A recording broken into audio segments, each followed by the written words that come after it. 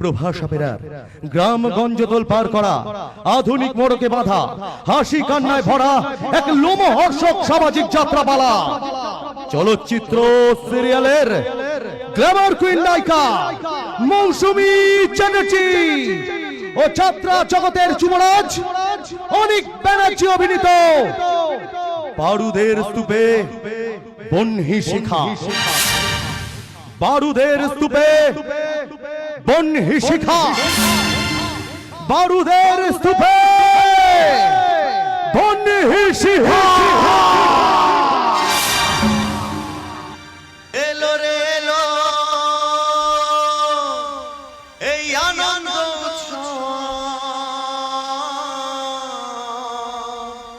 নাচে গানে মাতবে বা রাঙা মাটির সব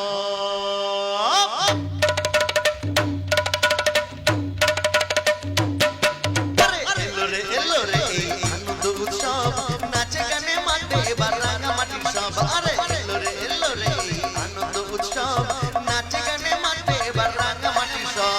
যতই করো ছল বাহানা শুনবে না তো কেউ উৎসবের এই আনন্দেতে উঠবে সুখের ঢেউ। আরে এলো রে এই আনন্দ উৎসব নাচে গানে মাতবে এবার রাঙা মাটির সব। আরে এলো রে এই আনন্দ উৎসব নাচে গানে মাতবে এবার রাঙা মাটির সব। এই হলো রাঙামাটি অঞ্চল ও তাতে বসবাসকারী মানুষ।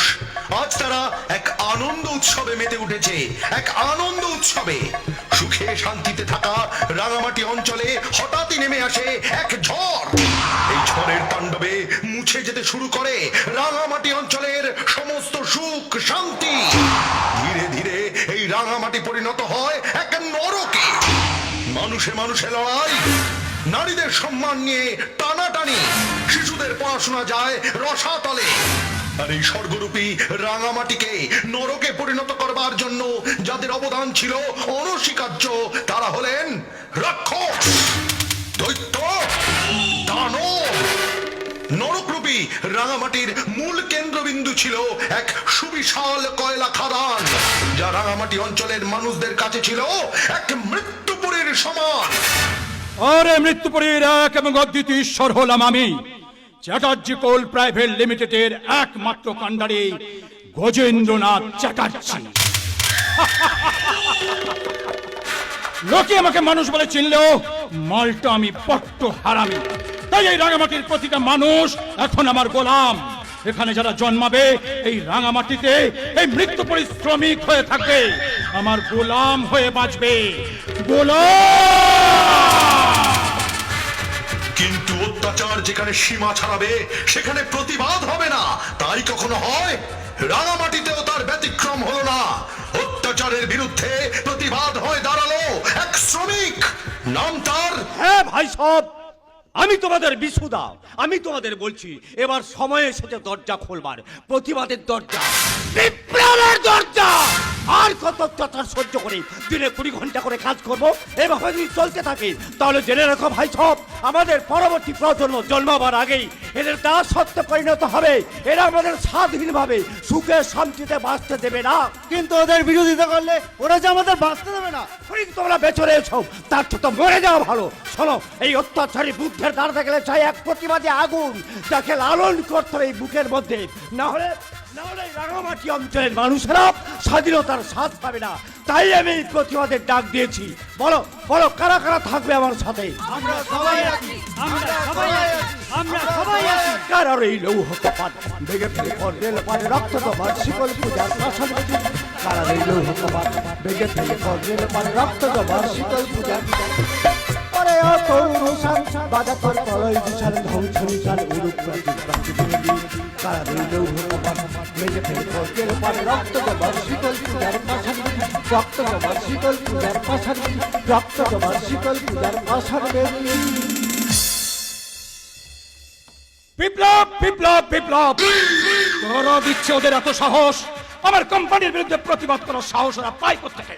কে তুলেছে এই প্রতিবাদের আওয়াজ? কে আবার এই রাঙামাটিতে সব থেকে বেশি শিক্ষিত বিশু হয়তো সবাইকে খেপিয়ে তুলেছে।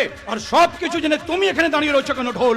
আমার থেকে মোটা মোটা টাকা নিয়ে এখন হাত গটিয়ে বসে আমার সর্বনাশ দেখা হচ্ছে। এ আপনি কি বলছেন স্যার? আমি তো চেষ্টা করছি কিন্তু কিছুতেই এদের আটকানো যাচ্ছে না।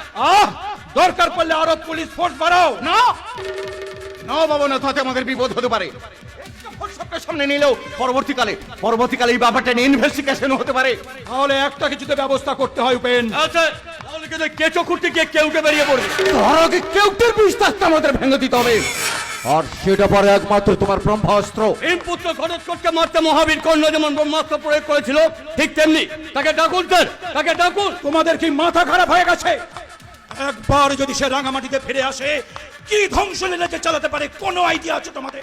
বাবা, তার জন্মের সময় সারা রাঙামাটি অন্ধকারে ছেয়ে গিয়েছিল, সমস্ত কুকুরগুলো একসাথে কেঁদে উঠেছিল। আর তখনই আমি বুঝেছিলাম এ কোনো মানব পুত্র নয়, মানবরূপী মহাদানব।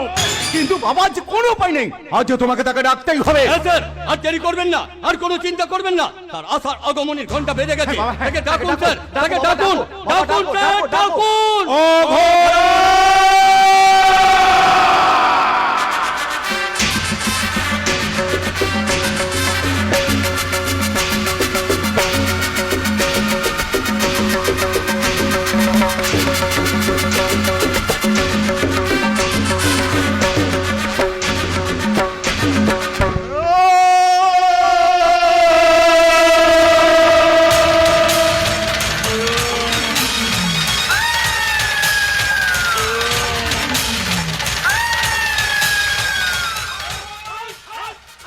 ছেড়ে দাও আমায়। এ তোমরা আমাকে কোথায় ধরে এনেছো?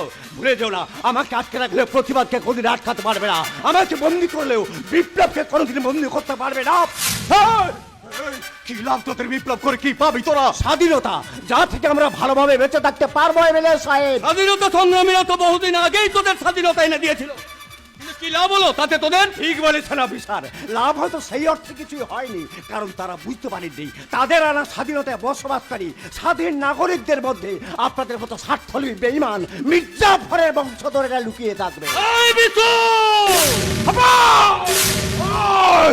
এই বেশি বেশি বার মারিস না, মনে রাখিস এটা তোর জনসভা নয়, এটা এই রাঙামাটি অঞ্চলের মৃত্যুপুরী, আর এই মৃত্যুপুরীর একমাত্র ঈশ্বর অঘোরা। ভুল করছেন এমএলএ সাহেব, ওই অঘোরার ভয় শ্রমিক ভাই বোনদের মন থেকে মুছে গেছে। মৃত্যু ভয় দেখে কোনো লাভ নেই, বিপ্লব দীর্ঘজীবী হবেই, বিপ্লব দীর্ঘজীবী হবেই হবে। কিন্তু তোর ভবিষ্যৎ চলতে আগুন দীর্ঘজীবী হয়ে চলে থাকবে তোরে বিশ্ব। কে? কে? অন্ধকারের অগ্নিশ্বর আমি বিশ্বাসে ছড়াই বিষ, কষাই খানার কান্ডারি আমি কেউ পাই না কোনো হদিস।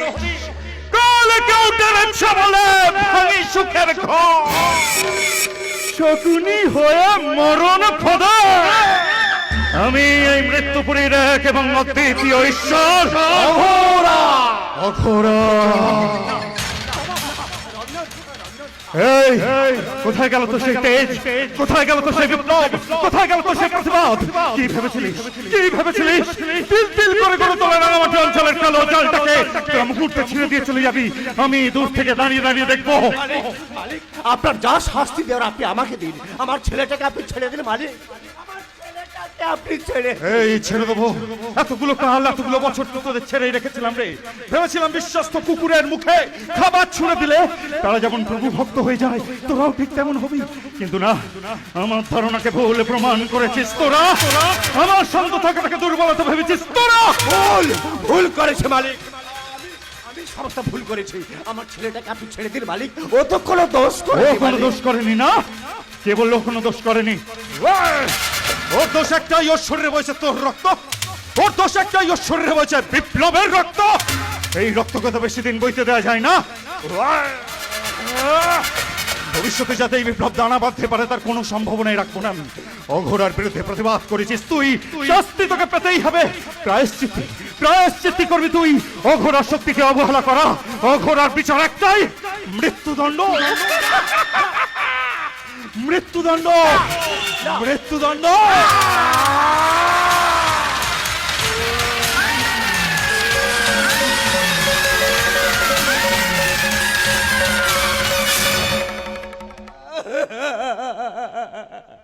এ আপনি কি করলেন মালিক? এ আপনি কি করলেন? একটা নিষ্পাপ শিশুকেও আপনি রেহাই দিলেন না। আপনি কি মানুষ? অমানুষ! মানবরূপী মহাদানব আমি এক মহাদানব। এই অফিসার, রাঙামাটির ভাগার এই বডিটা ফেলে দিয়ে এসো, যাও। শয়তান!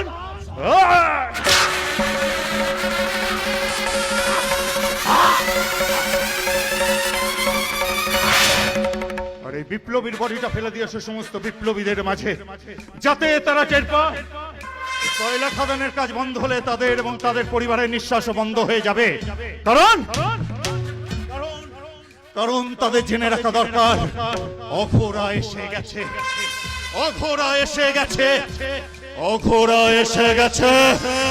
এই যাও। আমি তো আমার শপথ রেখেছি অক্ষরে অক্ষরে, যারা প্রতিবাদী তাদের জীবন দিয়েছি নরক করে, দাপিয়ে বেড়াবে আমাদের দল। অন্যে কবে না কথা, বজ্র কঠিন রাজ্য শাসনে এটাই স্বাভাবিকতা। গুলির জন্য সমস্ত রাত সমস্ত দিন খোলা, বজ্র কঠিন রাষ্ট্রে এটাই শান্তি ও শৃঙ্খলা। যে মরে মরুক অথবা জীবন কেটে যাক শোক করে, আমি আজ জয়ী।